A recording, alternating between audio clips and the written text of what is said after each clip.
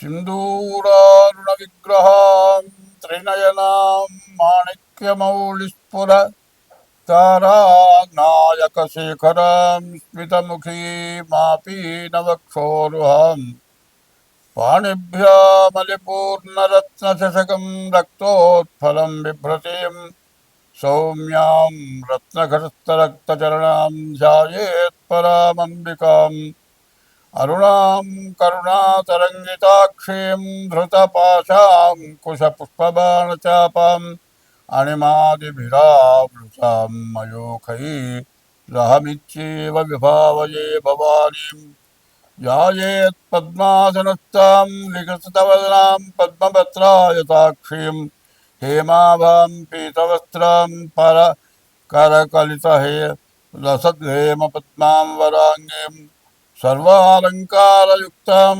सकलमभयदां सर्वसम्पत्प्रदात्रीं सकुङ्कुमविलेपनामलिकचुम्बिकस्तूलिकां समन्दहसिते ससदचापपाशां कुशाम् अशेषजनमोहिनीमरुणमाल्य भूषाम्बरां जपा कुसुमभासुरां జపవిధోస్మరేదంబికాం. 2026 సంవత్సరం ఫిబ్రవరి నెల మాస ఫలితాలు చెప్పుకుందాం. ఇంతకుముందు 3 నెలలు శుక్రమోర్జవి, వివాహాది శుభకార్యాలు ఏవి జరగడానికి అవకాశం లేదు. మరి ఫిబ్రవరి 14వ తారీఖు నుండి మరి శుక్రమోర్జం అయిపోయింది. అక్కడి నుంచి లగ్నాలు, శుభలగ్నాలు, మాఘమాసం లగ్నాలు ప్రారంభమవుతున్నాయి. మరి ఈ మాఘమాసంలో వివాహాది శుభకార్యాలన్నిటికీ కూడా మంచి రోజులు. అట్లాగే తర్వాత మహాశివరాత్రి, ఇది చాలా మనకు హిందూ ధర్మానికి చాలా విశేషమైనటువంటి 15వ తారీఖు మాత్రం మహాశివరాత్రి, శివుడికి ప్రీతి అయినటువంటి రోజులు.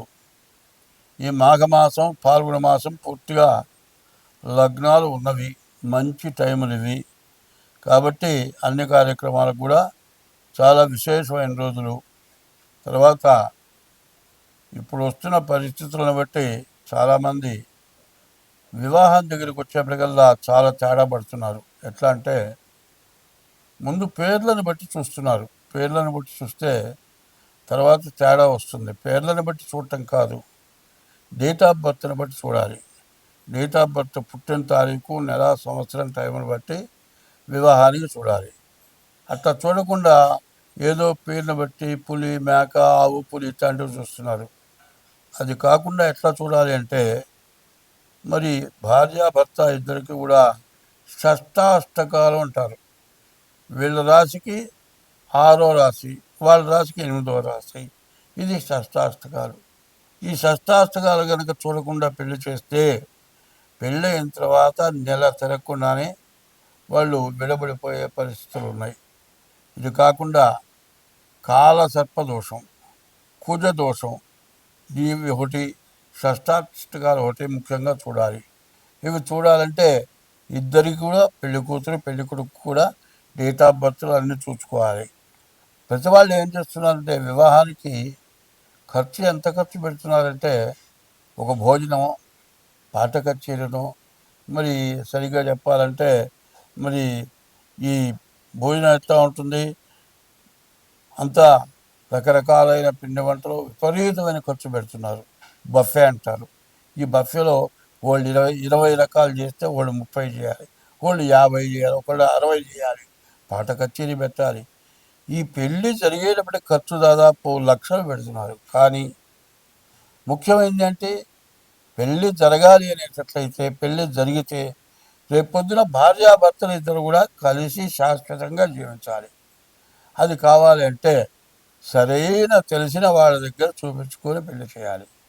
అట్లా కాకుండా బ్రాహ్మడు లేకపోతే జ్యోతిష్యం చెప్పేవాడు ఇది ఇట్లా చెప్పాలి, దేనికి ఇంత ఖర్చు అవుతుంది అనగానే, ఎందుకు ఇంత ఊరికి చెప్పండి, తేలిగ్గా చెప్పండి. తేలిగ్గా చెప్పింది బరువుగా చెప్పేది అంటే, తేలిగ్గా చెప్పాలంటే డేట్ ఆఫ్ బర్త్ లేకుండా చెప్పలేము. డేట్ ఆఫ్ బర్త్ లేకపోతే హస్త సాముద్రిక ద్వారా చెప్పాలి. వీళ్ళ కళ్యకు ఉంటుందా ఉండదా, విడబడిపోతారా? అది తెలుసుకొని పెళ్లి చేయాల్సిన బాధ్యతలు తల్లిదండ్రులకు ఉన్నాయి. తర్వాత పిల్లలు చదువుకొని ఉద్యోగం చేస్తున్నారు. ఉద్యోగం చేస్తుంటే ఆడపిల్ల మగపిల్లలు కూడా అక్కడ ఉద్యోగం చేస్తున్నారు. వీళ్ళు మాట కలిసి మేము ప్రేమించుకున్నాం, మేము పెళ్లి చేసుకుంటాం. వాళ్ళు సెటిల్ అయిపోతారు. సెటిల్ అయిపోయి తండ్రుల దగ్గరికి వచ్చి నేను ఒక అమ్మాయిని ప్రేమించాను, నేను పెళ్లి చేసుకుంటాను. మరి అదే మన కులం కావాలరా, గోత్రం కావాలరా అంటే కాదు, నేను ఈ పిల్లలైతేనే చేసుకుంటా, లేకపోతే చేస్తానంటాడు.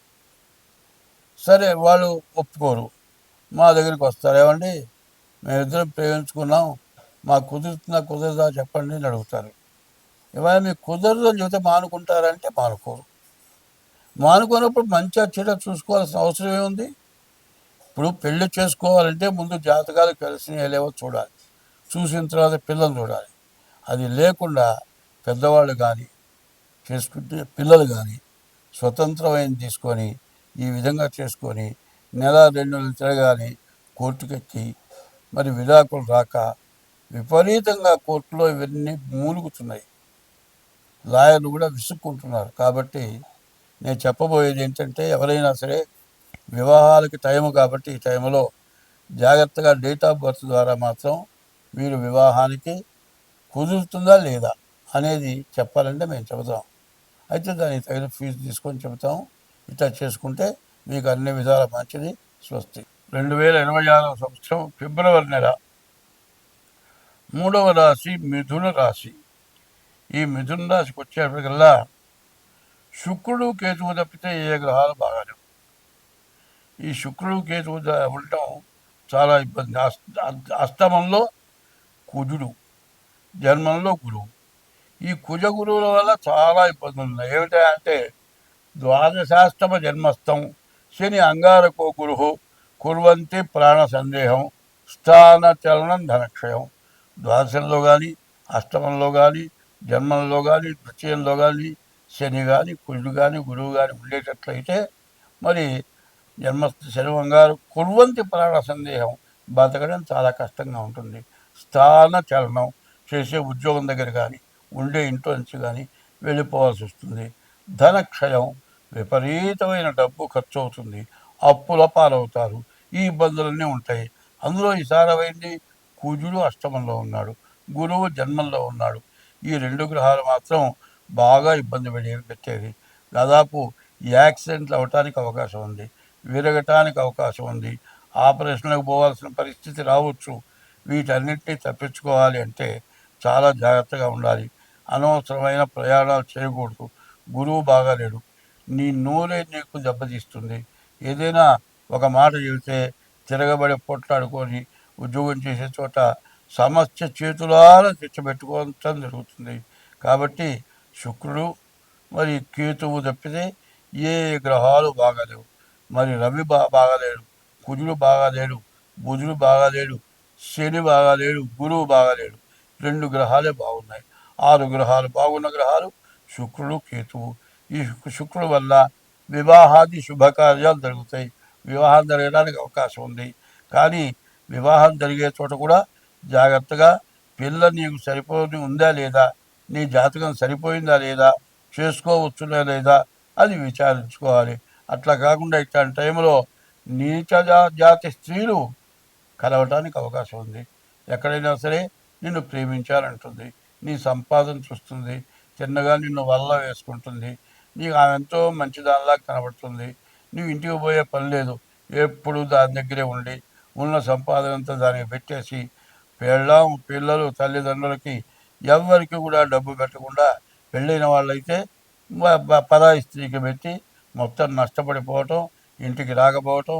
సరే చివరికి ఆ పిల్ల నీ భార్య ఇంటికి వెళ్ళిపోయి వేరే పెళ్లి చేసుకునే పరిస్థితి కూడా వస్తుంది. ఇట్లాంటి పరిస్థితి ఏమంటారంటే అసలు చేసుకున్న భార్య మంచిదానిలాగా అప్పుడు కనబడదు, మరి పరాయి స్త్రీ నీకు చాలా మంచిదానిలాగా కనబడుతుంది. నీ దగ్గర డబ్బులన్నీ అయిపోయి అప్పుల పాలైన తర్వాత, నీ దగ్గర డబ్బులు లేకపోయిన తర్వాత నిన్ను వదిలి వాడు అది ఇంకోటితో పోతుంది. అప్పుడు ఏం చేస్తావు? దాన్ని చూసి ఇది నాకు అక్కర్లేదు అనుకుంటావు. చివరికి ఇంటికి వద్దామంటే భార్య లేదు, భార్యతో సంబంధం లేదు, పెళ్ళాం ఒక చోట, తల్లిదండ్రులు ఒక చోట, పిల్లలు అనాథ శరణాలయాల్లో. ఇట్లా అయిపోయి ఏమవుతుంది? శాస్త్రజ్ఞులు పెద్దవాళ్ళు చెబుతూ ఉంటారు. అరే ఉన్నది పోయే, ఉంచుకున్నది పోయే, నీ బతికే ఇంట్రా అంటారు. చివరికి ఉన్నది అసలామే భార్య. ఈ భార్య జీవితం మొత్తం ఉండాల్సిన భార్యని వదులుకొని పరస్త్రీ వ్యామోహం. ఇప్పుడు చాలామంది ఇట్లాగే చేస్తూ ఉన్నారు. పరస్త్రీ వ్యామోహం ఎక్కువైపోయింది.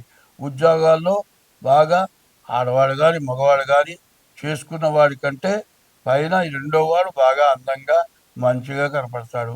ఈ ఆడవాళ్ళు రెండు మగవాళ్ళు కూడా చేసుకున్న భర్తని ఆడమనిషి చేసుకున్న భార్యను మగవాడు వదిలి వీళ్ళిద్దరు కలిసి విడబడిపోయి నానా గందరగోళం అయిపోయి కోర్టుకు పడి ఎన్నో తిప్పలు పడి చివరికి విడాకులు రాక మళ్ళీ పెళ్లి చేసుకుంటానికి వీలుగాక ఇట్లా ఇబ్బంది పడుతూ ఉన్నారు. కాబట్టి ఈ రాశి వాళ్ళు అటువంటి సమస్యలు కూడా రావటానికి బాగా అవకాశం ఉంది. కాబట్టి ఈ రాశి వాళ్ళు ఎంత జాగ్రత్తగా ఉంటే అంత మంచిది. జాగ్రత్త కాదు, ముఖ్యంగా చెప్పాలంటే మీ డేట్ ఆఫ్ బర్త్ ద్వారా మీ జాతకం చూపించుకొని దానికి ఏదైనా శాంతులు చేయాలంటే చేయించుకోండి. మీకు అన్ని విధాలు బాగుంటుంది. స్వస్తి. మార్చి నెల 30వ తారీఖు సంవత్సరాది. సంవత్సరాది కాదు, అది యుగాది అంటారు. యుగాది అనే దానికి అర్థం ఏంటంటే యుగం మొట్టమొదటి రోజు యుగాది. ఇది ఈ హిందూ మతం అనాది మతం. ఈ అనాది నుంచి వచ్చింది యుగాది. యుగాది అనే దానికి అర్థం ఏంటంటే యుగం ఆది, యుగం మొట్టమొదటి ప్రారంభం. ఈ యుగాది రోజున మనం పంచాంగ శ్రవణం చేస్తాం. పంచాంగ శ్రవణం ఎందుకు చేస్తాం అనేది ముందు తెలుసుకోవాల్సిన అవసరం ఉంది. దీన్ని ఎట్లా అంటే పంచాంగ శ్రవణం ఎందుకు చేస్తున్నాం? శ్రీ కళ్యాణ గుణావహం. మన ఇంట్లో మంచి శుభకార్యాలు జరగాలి. శ్రీ కళ్యాణం, సీతారాముల కళ్యాణం చేస్తాం. అది చేసిన తర్వాత మన ఇంట్లో శుభకార్యాలు చేస్తాం. అందువల్ల సంవత్సరాది వచ్చిన తర్వాత ముందు పంచాంగ శ్రవణం చేస్తాం. పంచాంగ శ్రవణం చేసేటప్పుడు దేనికి చేస్తున్నా అనే శ్లోకం ఉంది. శ్రీ కళ్యాణ గుణాభావం. మనం ఎప్పుడు కూడా మన ఇంట్లో శుభకార్యాలు జరగాలి, బాధలు ఉండకూడదు. మరి కష్టం, ఏడుపు, మర్చిపోలేనటువంటి బాధలు లేకుండా బాగుండాలి. రిపుహరం, శత్రుత్వం ఎవరితో మనకు లేకుండా ఉండాలి. రిపుహరం. దుస్వప్న దోషాపహం. చెడు కళలు వస్తాయి. రాత్రి వచ్చిన కళ లేచి కూర్చున్న తర్వాత నిజంగా జరిగినట్లే ఉంటుంది. నిజంగా జరిగింది ఎవరో చచ్చిపోయినట్లు కళ కాదు, చచ్చిపోయినారు. ఏరా ఈ కలగన్నావురా అంటే నమ్మడు. వాళ్ళకి ఫోన్ చేసి వాళ్ళు బాగున్నారని అన్న తర్వాత కూడా బాధపడతాం. దుస్వప్న దోషాపహం. దుస్వప్నాలు రాకుండా ఉంటాయి. మరి శ్రీ కళ్యాణం శుభం జరగాలి. రిపుహరం శ్రీకళ్యాణ గుణాభావం. రిపుహరం శత్రుత్వం లేకుండా ఉండాలి. దుస్వప్నాలు రాకుండా ఉండాలి. దుస్వప్న దోషాపహం. గంగా స్నాన విశేష పుణ్యఫలం. గంగ ఎవరు? ఈశ్వరుడు నెత్తిన పెట్టుకున్నాడు. ఈశ్వరుడి నుంచి గంగ వచ్చింది. ఆ గంగ వచ్చింది హరిద్వార్ అంటారు. హరిద్వార్ అంటే విష్ణుమూర్తి పాదాల దగ్గరికి ఆ గంగని వదిలాడు. ఆ గంగలో స్నానం చేస్తే విశేషమైన ఫలితం వస్తుంది. గంగా స్నాన విశేష పుణ్య ఫలితం. గోదాన తుల్యం రుణం. ఆవు దూడతో కూడిన ఆవుని దానం ఇస్తే చాలా విశేషమైన పుణ్యం వస్తుంది. గోదాన తుల్యం రుణం. తర్వాత ఆయుర్వృద్ధి శుభకరం. ఆయుష్ పెరుగుతుంది. సంతాన సంపత్కరం. సంతానం మంచివాళ్ళుగా ఉంటారు, బాగా పైకొస్తారు. సంతాన సంపత్కరం. శ్రీకళ్యాణ గుణావహం నిపుహరం. దుస్వప్న దోషాపహం. నానాశాస్త్ర విశేష పుణ్యఫలదం. ఎన్నో శాస్త్రాలు మనం చూడకపోయినా చదవకపోయినా ఎన్నో శాస్త్రాలు చదివినటువంటి ఫలితం వస్తుంది. నానాశాస్త్ర విశేష పుణ్యఫలదం. గోదాన తుల్యం రుణం. ఆయుర్వృద్ధితముత్తమం. ఆయుష్ పెరుగుతుంది. ఆయుర్వృద్ధితముత్తమం. సంతాన సంపత్కరం. సంతానం మంచివాళ్ళు అవుతారు. సంతాన సంపత్కరం. నానాశాస్త్ర సుసాధనం. అన్ని శాస్త్రాలు సూచించ అవుతుంది. నానాశాస్త్ర సుసాధనం. పంచాంగం ఆకర్షిస్తాం. ఈ పంచాంగం వింటే సంవత్సరాది పండుగ రోజున అంత విశేషమైన ఫలితం వస్తుంది. సరే, ఆ రోజున దేవుడికి దీపారాధన చేసి పూజ చేస్తాం. పూజ చేసిన తర్వాత పచ్చడి అంటారు. పచ్చడి కాదు, వేప ప్రసాదం, వేప చేదు, మామిడికాయ పులుపు, తర్వాత వేప చేదు కాదు, వేప పువ్వు వగరు ఉంటుంది. వగరు పులుపు చేదు. పులుపు అనే దానికి మామిడికాయ పులుపు, తీపికి బెల్లం వేస్తున్నారు, తేనె వేయాలి. ఇది అంతా కలిసి చేదు, వగరు, పులుపు, తీపి ఇవన్నీ కూడా చూడాలి. మరి ఏదైనా మనం శుభకార్యం చేసుకుంటే తీపి పెడతాం, తీయగా ఉంటే సంతోషంగా ఉంటుందని.